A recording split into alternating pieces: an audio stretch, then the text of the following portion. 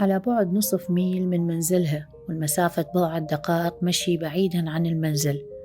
كانت سابينة ناصر على موعد مع أصدقائها بكافيه قريب من المنزل وبيوم عطلتها، لكن رغم قرب المسافة من المنزل للكافيه تأخرت سابينة على أصدقائها مدة طويلة، لا بل ما وصلت أبد. شنو اللي صار لسابينة؟ خلونا نعرف وندخل بتفاصيل القضية.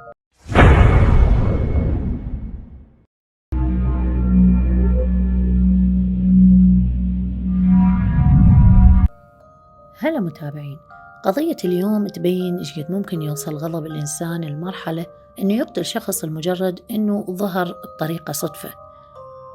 قضية سابينة ما أعرف أسميها سوء حظ، إنه طريقها كان نفس طريق مجرم غاضب فرغ غضبه وإجرامه على إنسانة مسكينة لا حول لها ولا قوة. في البداية خلونا نتعرف على المجرم والضحية. المجرم كوتشي سليماغ، عمره 36 سنة، ألباني الأصل. تعليمه ما كان جيد لأنه ترك المدرسة عندما كان عمره 12 عام. انتقل كوتشي مع عائلته للعيش باليونان، لكن بعد فترة عادوا والدا كوتشي لموطنهم الأصلي ألبانيا، لكن كوتشي وإخوانه ما رجعوا وظلوا مستقرين باليونان إلى أن وصل كوتشي للمملكة المتحدة بريطانيا قبل حوالي 7 سنوات من الحادثة.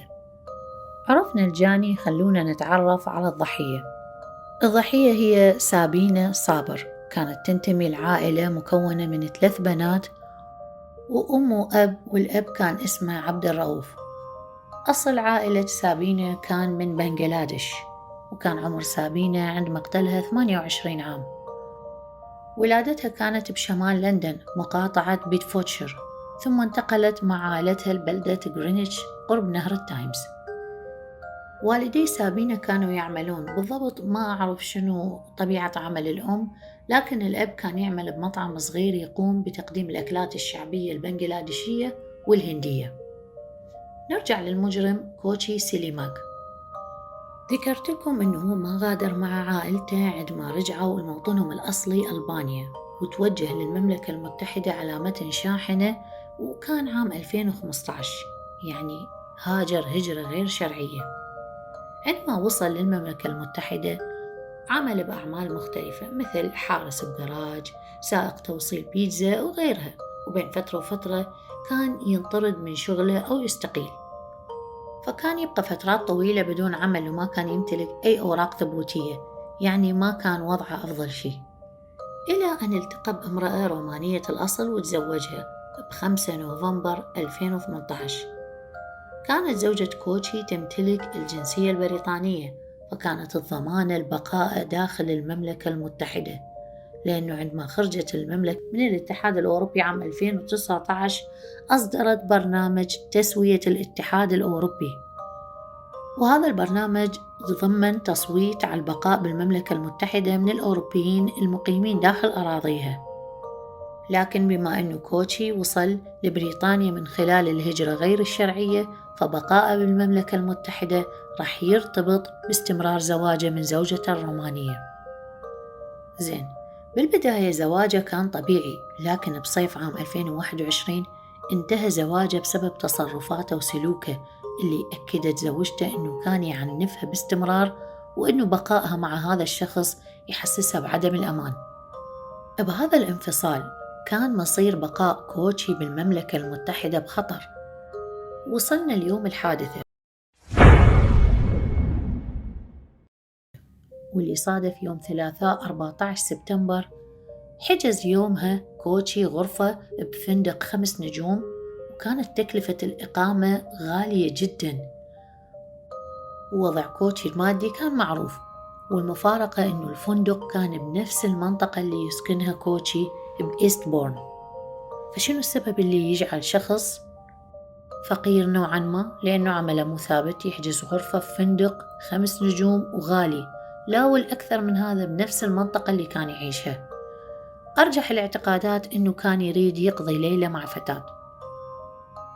بالوقت اللي حجز بكوتشي الغرفة كانت سابينة ناصر تتجهز حتى تلتقي مع أصدقائها بالكافيه القريب من منزلها، تقريبا مسافة 5 دقائق مشي. كان لازم على سابينة أنه تمشي من خلال حديقة حتى توصل للمكان المقصود، وعند الساعة 8:27 توصل لصديقة سابينة رسالة منها إنه هي راح تتوجه للكافيه. سابينة كانت معلمة أطفال ابتدائي، كانت شخصية محبوبة من طلابها ومن جميع زملائها بالعمل، وكانت مديرة المدرسة تشيد بذكائها وموهبة سابينة التدريسية اللي كانت تحلم إنه تطبقها بالشرق الأوسط بيوم من الأيام. عندما كان كوتشي داخل الفندق اتصل بزوجته السابقة يونيلا اللي كان عمرها 45 عام، والواضح أنه كان يرغب أن يصلح الأمور ما بينهم، لكن على الرغم من أنه زوجته كانت خايفة منه لأنه على كلامها كان عنيف لدرجة أنه خنقها أكثر من مرة، إلا أنها وافقت تقابله. فطلب كوتشي من يونيلا أنه تقابله بموقف سيارات الفندق، والمفاجأة أنه يونيلا كانت تعمل عاملة نظافة داخل الفندق، ومثل ما قلنا أنه كان يحاول يصلح علاقته مع طليقته، لكن الظاهر أنه هي رفضت، فتركته داخل موقف السيارات وبعدين وراها غادر.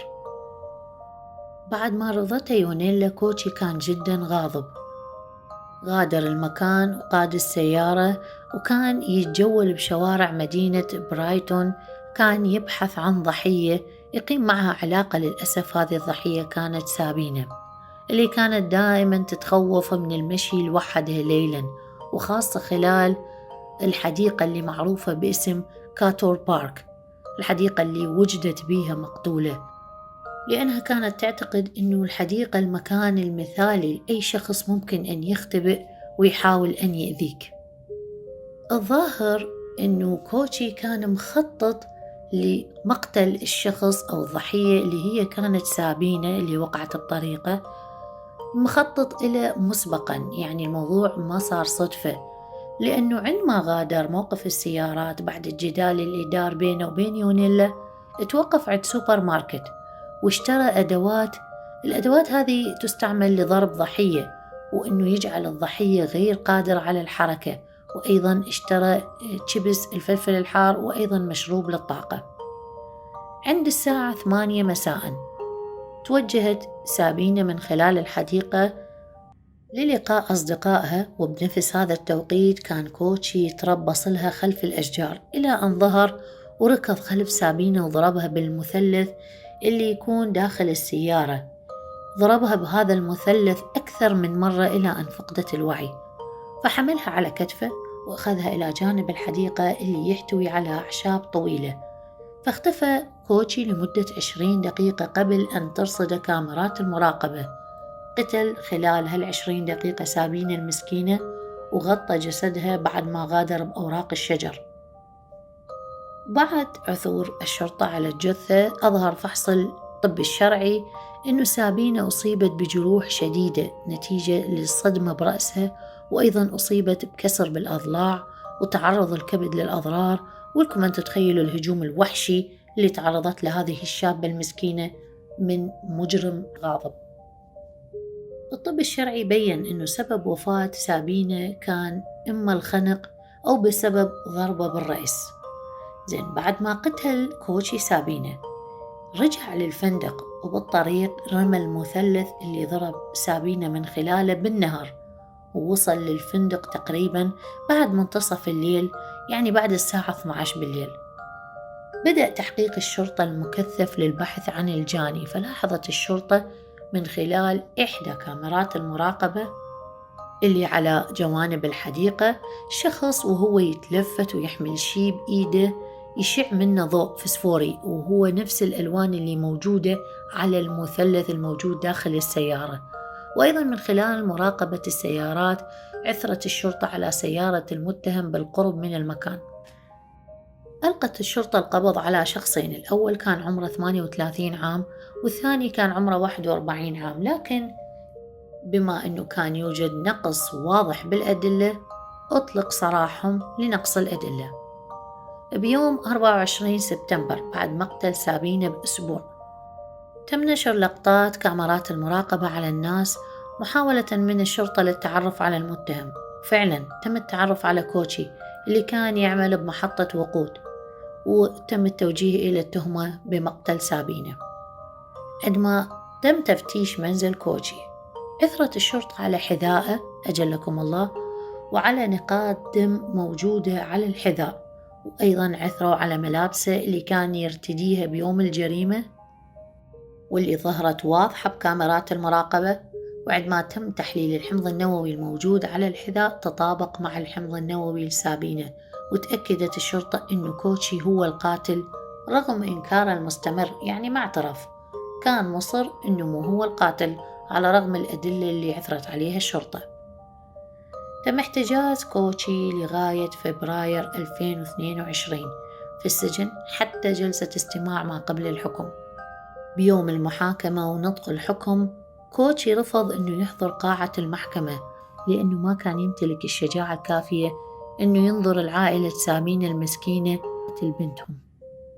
تم إصدار الحكم على كوتشي بالسجن المؤبد مع عقوبة لا تقل عن 36 عام، يعني راح تنتهي فترة العقوبة عندما يصل 72 عام، ويا ريت ينزل الحكم الإلهي قبل ما يشوف الحرية، لأنه مجرم بهالبشاعة ما يستحق الرحمة. مجرم ينهي حياة إنسانة مسكينة بأحلامها بطموحاتها لمجرد أنه حضرته غاضب. الوحشية والعنف بالقتل اللي تعرضت له سابينة أطلق حملة لرفع مستوى الوعي حول سلامة النساء بلندن وتقديم النصائح حتى يهتمون النساء ببعضهم. عائلة سابينة شعرت بالحزن الشديد لفقد بنتهم، فنظموا وقفات احتجاجية على ضوء الشموع ونصب تذكارية بمكان مقتل سابينة بالحديقة.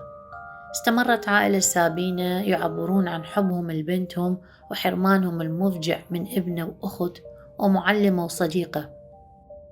قضية مقتل سابينة إن دلت على شيء فتدل على وجود فجوة داخل المجتمعات مهما بلغت من الرقي والتقدم، إلا أن حقوق المرأة داخل جميع المجتمعات مسلوبة لدرجة أنه لا تستطيع أنه تأمن على نفسها تمشي 10 دقائق لوحدها. هذه كانت قضية اليوم، رأيكم يهمني، شاركوني بتعليقاتكم عن القضية وشكراً.